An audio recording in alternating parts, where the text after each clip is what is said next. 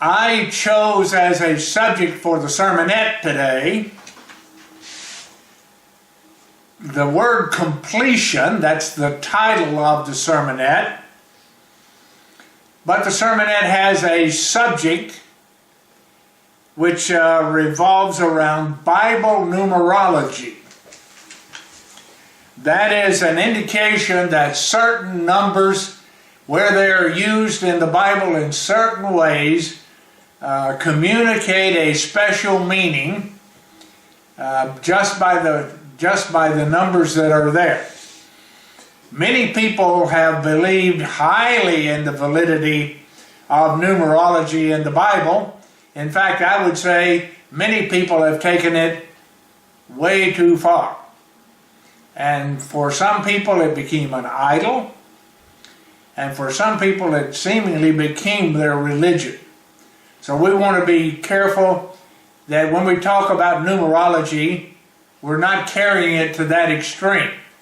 We don't want to be overly exuberant about it. But we don't want to ignore either the fact that it could be communicating some message to us. Today there's a number which communicates to us completion of a subject. When we see it in the Bible, likely thing to consider is whether or not God is communicating to us that the subject that's being discussed at that point is about completion. Some other examples, I'll just hit a couple of other examples about numerology before we get into the meat of this sermonette. 40 years in the wilderness, Israel.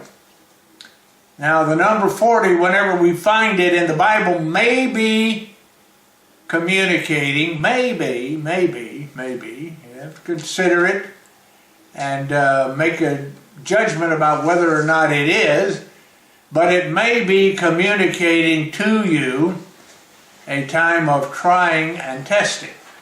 You see, the Israelites spent 40 years after they crossed the Red Sea, 40 years in the wilderness because of their disobedience of God when it came to going into the Promised Land. And so that became known as a time of trying and testing. 40 years in the wilderness. David, for example, also reigned for 40 years. Moses led Israel. I believe he was 80 years old when he began to lead Israel, but he led Israel for 40 years. So those are examples of a number, the number 40 conveying to us trying and testing, the period of time trying and testing. The number 7, and perfection. I put down here completion in the notes. Apparently I made a mistake there. The number 7 conveys completion or perfection, a perfect situation. There are how many days in a week? There are 7 days in the week. From Genesis we find that was then the completion or the perfection of the weekly cycle. The annual holy days, they are perfect in the way that God designed them. There are 7 annual holy days.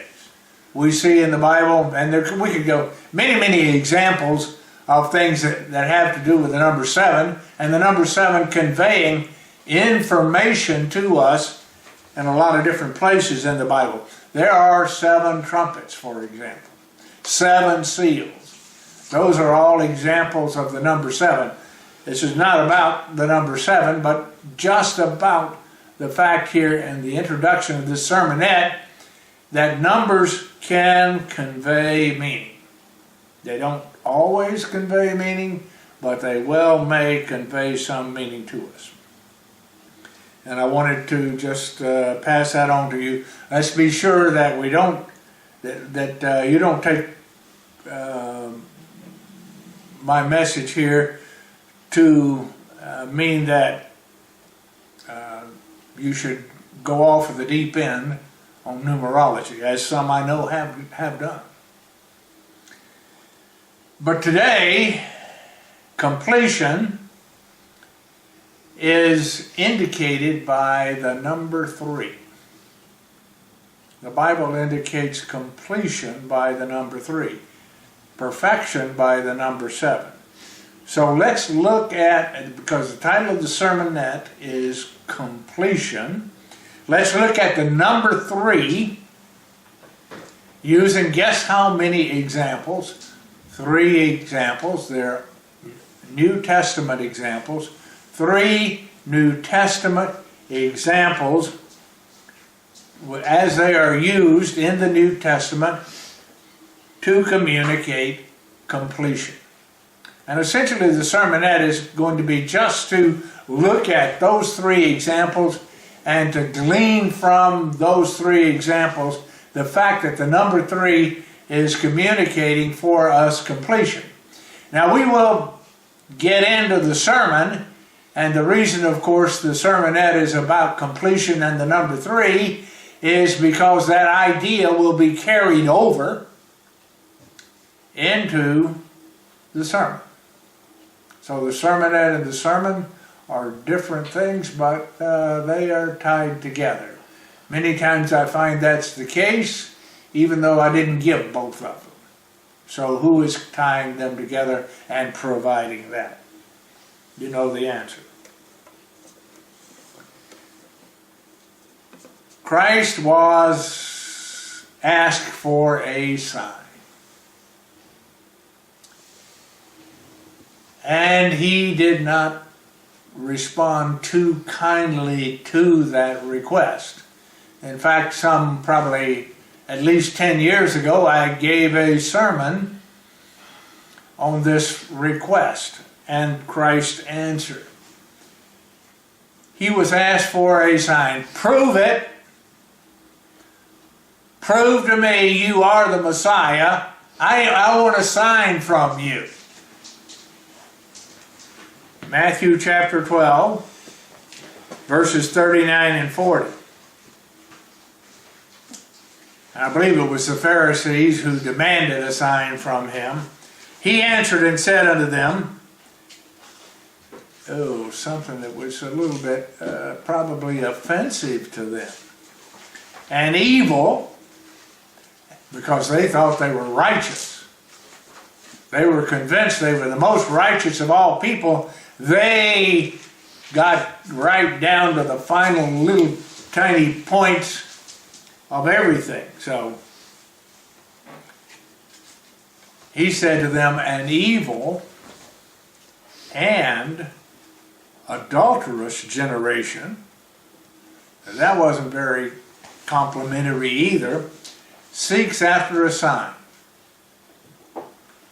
And there shall be no sign given to it, but the sign of the prophet Jonah. Here's where the number 3 comes into play. As Jonah was in the belly of the whale 3 days and 3 nights, so shall the Son of Man be in the grave 3 days and 3 nights. That was completion. He was dead for 3 days and 3 nights. The time period was a complete period to indicate that he was dead. So that's example number 1 of the Bible using the number 3, and very specific use of the number 3 there, isn't it? Using the number 3 to indicate that was a complete sign, the only sign they would get, and it indicated that Christ would be dead for 3 days.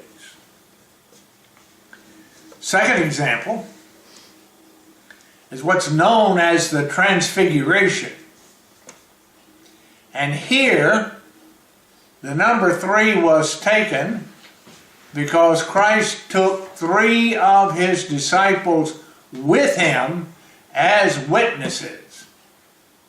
and out of the mouth of 2 or 3 witnesses shall a matter be established. And so here, these 3 witnesses he took with him so that they could testify of what they had seen. Why didn't he take all of the apostles? I don't know. But he chose 3 as witnesses. Maybe the answer to that is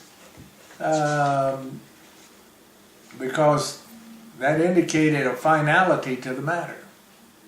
The number 3 here is in play in that regard. Matthew chapter 17, verse 1.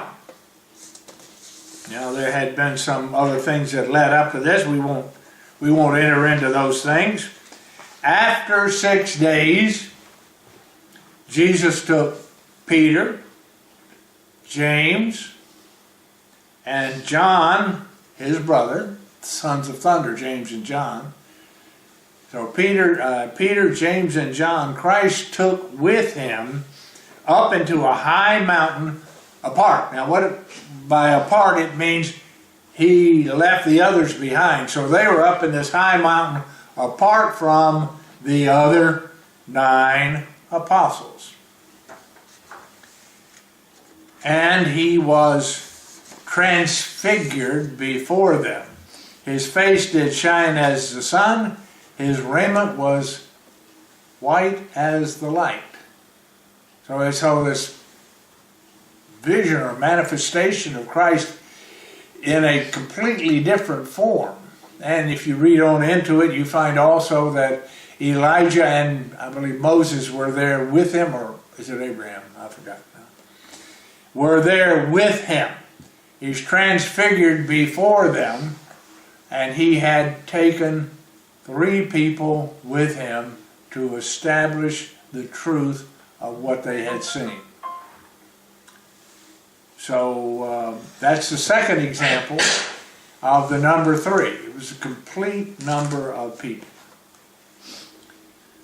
The third example that I selected, which is relevant from the New Testament, Christ on the night of preceding his crucifixion. You might well imagine he knew what was going to happen to him, and it was a time of great difficulty for him, and so he would have been in a certain mental attitude. If you knew you were going to be tortured and killed the next day, you probably might have been weighing quite heavily on you. And it was weighing quite heavily on Christ that night. In fact, Luke says that he prayed and great drops of blood as sweat came down on his forehead. So yeah, he was under a lot of stress, so much so that he actually bled through his skin. And here he went in the Garden of Gethsemane after they had partaken of the Passover meal. They went across the Cedron Brook over to the Mount of Olives where the Garden of Gethsemane was, and they often went there. And in that garden, he asked the disciples to wait while he went and prayed. I think he took a couple of them with him and said, "Wait here while I go there and pray." And he went there and prayed. He came back and he found they were asleep. He woke them up and said, "Couldn't you even stay awake while I went?" He said, "Wait here." And he went and prayed the second time. Came back and found them asleep the second time. So then he went the third time. 3 times he went and he prayed. And so the Bible uses these 3 examples to indicate this was completing his prayer there that night. He actually asked if this could pass from him. If he could not have to do this, it would be his wish, but nevertheless he would do as the Father wanted him to do.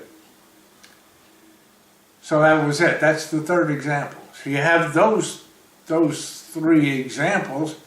The only sign that he was a Messiah, and that was 3 days and 3 nights.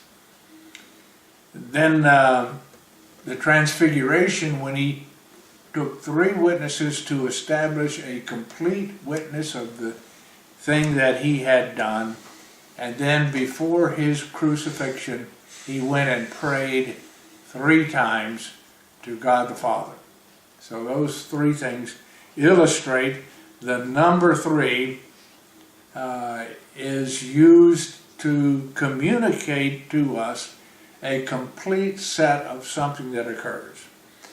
And so that's the essence of this sermonette.